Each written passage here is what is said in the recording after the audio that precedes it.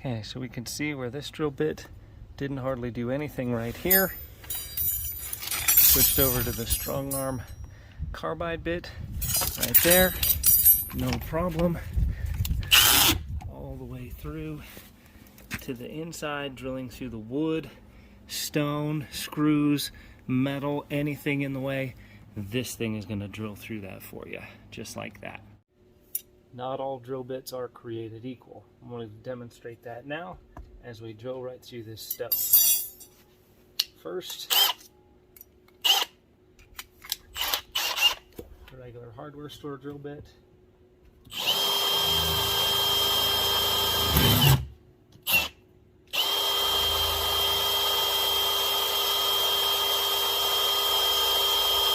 Nothing.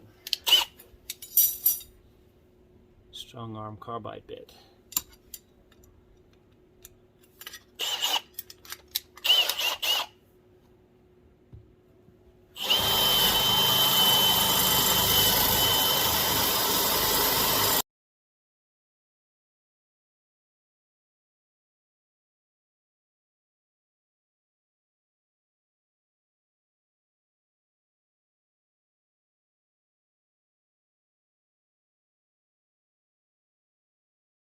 Alrighty guys, so this is Wayne here with Tri-County Locksmith, and today we're going to be talking about electronic access and the menagerie of drill bits required to do so. Or they're not required, but this is at least what I use. Start off with some basic stuff. Little cameras like this, these little $20, $30 cameras. They're great for inspecting areas, make sure there's no pipes or utilities in the walls and the holes that you're trying to go through. Fish tape is going to be mandatory. You know, just about any brand will do. They're hardened steel, and you know, you kind of bend the end as you need to and bend it as you need to. But getting straight into the actual drill bit portion of it, I want to go over some things that maybe some people haven't thought of. Obviously, you know, we've all got regular drill bits like this. They got a regular metal drill bit in different sizes, and I'll always start off with a 1/4 inch, 3/8, and then jump up to 1/2 inch. Especially when we're drilling through metal, you're just going to want to stage those up. You're not going to want to try and ram a giant 1/2 inch bit through a pretty thick piece of metal, or any metal for that matter. It's just going to be too hard on you and too hard on the drill. You're not going to be able to drill as many holes as fast, and it's going to dull your bigger drill bits in the larger diameters faster. So we start out with 1/4, jump up to 3/8, jump up to 1/2 inch. Then we've got more of some wood style bits like this, like these 3 fluted self-augering bits. You can see that they've got that self-feeding end on them. It's like a screw type of end. These also do the same thing, big long augering bits, and then you'll notice it has this large diameter cutting head down here, and what that's for is using a big extension like this. Okay, so these big extensions, they just click right in. You want to make sure that anything you have uses a ball bearing click type system like this. If you just have something that has the hex head, you could actually lose your drill bit in the wall or in your work area if you don't have something that actually holds on to this little ridge here. You can see those ball bearings down in there that grab that so that you don't lose it in the wall. But that's another good heavy duty system. And then this is cut long enough or wide enough to allow this head to pass by. So you could just keep on adding extensions till you get as far in as you need to get. On that note, we'll jump up to, you know, this is the kind of stuff that you're going to find at the hardware store, and you're going to be pretty limited. It's only going to really drill wood, okay? You could possibly drill metal with these, but it's not going to do it for very long, and I wouldn't recommend it. It's not going to do any kind of thick, you know, structural support metal or anything like that. Maybe just a little thin piece of door or a piece of trim. That's about it. So we're going to have 3/8, 1/4, and then following that same procedure, jump up to our 1/2 inch bits up here. Again, we got another, you know, metal type of bit. These are all high-speed steel bits, okay? This is all HSS. When I'm referring to HSS, this is what I'm referring to, high-speed steel. It's going to drill mild steel. It's not going to drill concrete. It's not going to drill hardened steel. Some of the larger diameters for HSS go all the way up to this 1 inch bit. Sometimes you need to, you know, make a hole larger stuff wires in large things. This is going to be great for that in all three of these different sizes. Okay, 5/8, 3/4. Again, following that mentality that we want to start small, probably start with our 1/4 inch and then jump up 3/8, 1/2 inch, 5/8, 3/4, and then 1 inch. Okay, and then as we continue to get up here, we can talk about some of the hole saws. This is what happens when you have a hole saw that gets burned up in trying to drill stainless steel. So I'll always make sure that we keep carbide. These are Diablo carbide hole saws. The carbide is going to cut through stainless steel, harder steels, any of that fun stuff. Carbide's going to make pretty good work of it. Every now and then you'll need a fist size hole through something. Maybe you need to reach your hand in there and pull something through. Big giant hole saw like so. I think that's a 6-incher, and that's carbide as well. So we'll be able to get through any kind of material with that. Now, thinking outside the box a little bit on these, I'm actually having extremely good luck using these carbide strong arm bits. Okay, so we've got 1/4, 3/8, and 1/2 inch in those as well, and I'll show you what they look like, and I'll show you some of the differences. So one of the problems that you'll have is this is a high-speed steel bit, very long, 1/4 inch high-speed steel bit, but you'll see this fluting that goes all the way through it. It makes it very, very weak. So if you get snagged or hung up on something, this bit right here is going to snap in half. Okay, so this could possibly break because it's going to be hardened steel and it's not going to be very flexible. If I bend this too much, it's just going to snap. It's very, the harder the steel, the more susceptible it is to breaking. So while this is a valuable tool, if you get any kind of binding or hook up or get any kind of angle on it while you're using it, it's going to break very easily.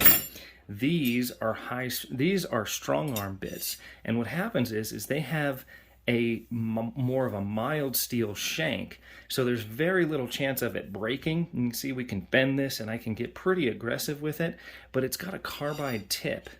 Okay, so this sharpened carbide tip is going to allow you to drill through just about anything. You can see they have it narrowed down here, and it actually comes to a point. And then again, this is always my test on how to tell if you have a sharp bit or not, is if it'll scratch your thumbnail. Okay, so if it'll scratch your thumbnail and peel some material off, that's a good indicator right there that you have an extremely sharp bit.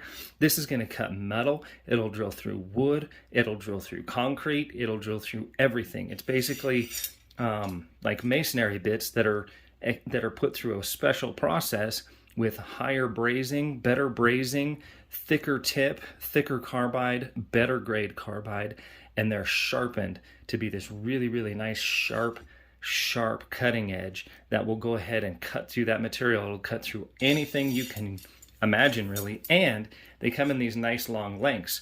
So we've got everything from 6 inches, 12 inches, I think these are 18 inches, and then we've got some that are 24 inches, okay, all the way up to 24 inches. So again, same process. Start out with a smaller, like a 1/4 inch, like these guys here, okay? Start out with something smaller diameter, jump up to a 5/16, 3/8, and then you can jump all the way up to a big 1/2 inch. You can see that big 1/2 inch right there. Let's take a look at that edge. Okay, look at that. Nice and sharp. And then as you stage that up, it's going to help you cut that hole and make that hole faster using these. So very, very underutilized tools. I've never actually seen anybody else that installs electronic access use any of these bits. They're actually for the safe and vault industry, but it actually has a very, very nice crossover into what we do with them as well. A couple other homemade kind of gadgety things here. You can see these little guys, okay? These little extensions are awesome. If you need to get a big hole that's really far out there, these step bits are going to work great. And again, we have that ball bearing click locking system, okay? And the reason we actually first came up with these was because we didn't have access to these longer bits, and they didn't have anything at the hardware store 24 inches. So I actually came up by making this at the hardware store, and then it actually worked really well. So now it's kind of a backup plan, okay? The only thing you got to remember is you have to have a large enough diameter piece to be able to let the collar pass, let this little collar pass through there. So either one of these will work out really, really well. We can extend these together. We can go longer. I can go as long as you can keep hooking these things together, they'll work out that way. Okay. Here's another one. So we can hook that up. And then any hex shank bit will work in this. Right now I've got a 1/2 inch in here. So again, we can clear that collet right here. So we can clear that collar right here. So you got to make sure that's the only thing you got to do is make sure that the bit is large enough to clear a pathway for that collet to go through there. And then this will actually integrate into any of these other hex shank pieces. So you can literally build a bit as long as you need it.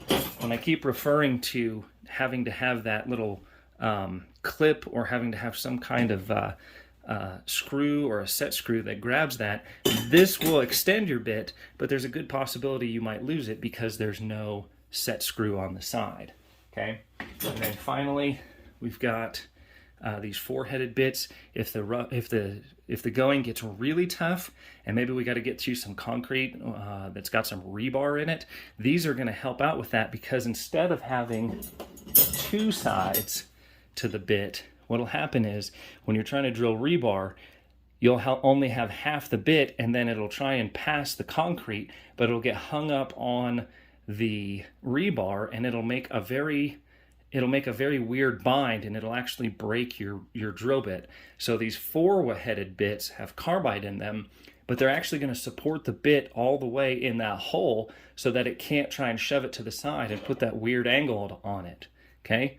It's actually going to help support it, and then that way you can put enough pressure on it, get through your rebar or metal or whatever's in there, and continue drilling through that material to get whatever you need mounted. So this is the setup here. Lots and lots of money invested in tools in this, but really, if you're not tooled up and you're not ready, you're not going to be able to make a very efficient installation. Whereas this, we're ready to go. We just did an installation with like 30 doors. All full electronic access on 2 separate buildings. We were able to get it done in about 2 weeks because we have all this ready to go, and that's with only 2 people. So for more information, check out the website below, check out wayneslockshop.com, and check out Strong Arm drill bits if you want to try some of these carbide drill bits. They are absolutely amazing, and I guarantee you will be impressed with the drilling quality of these bits here. Thanks for watching.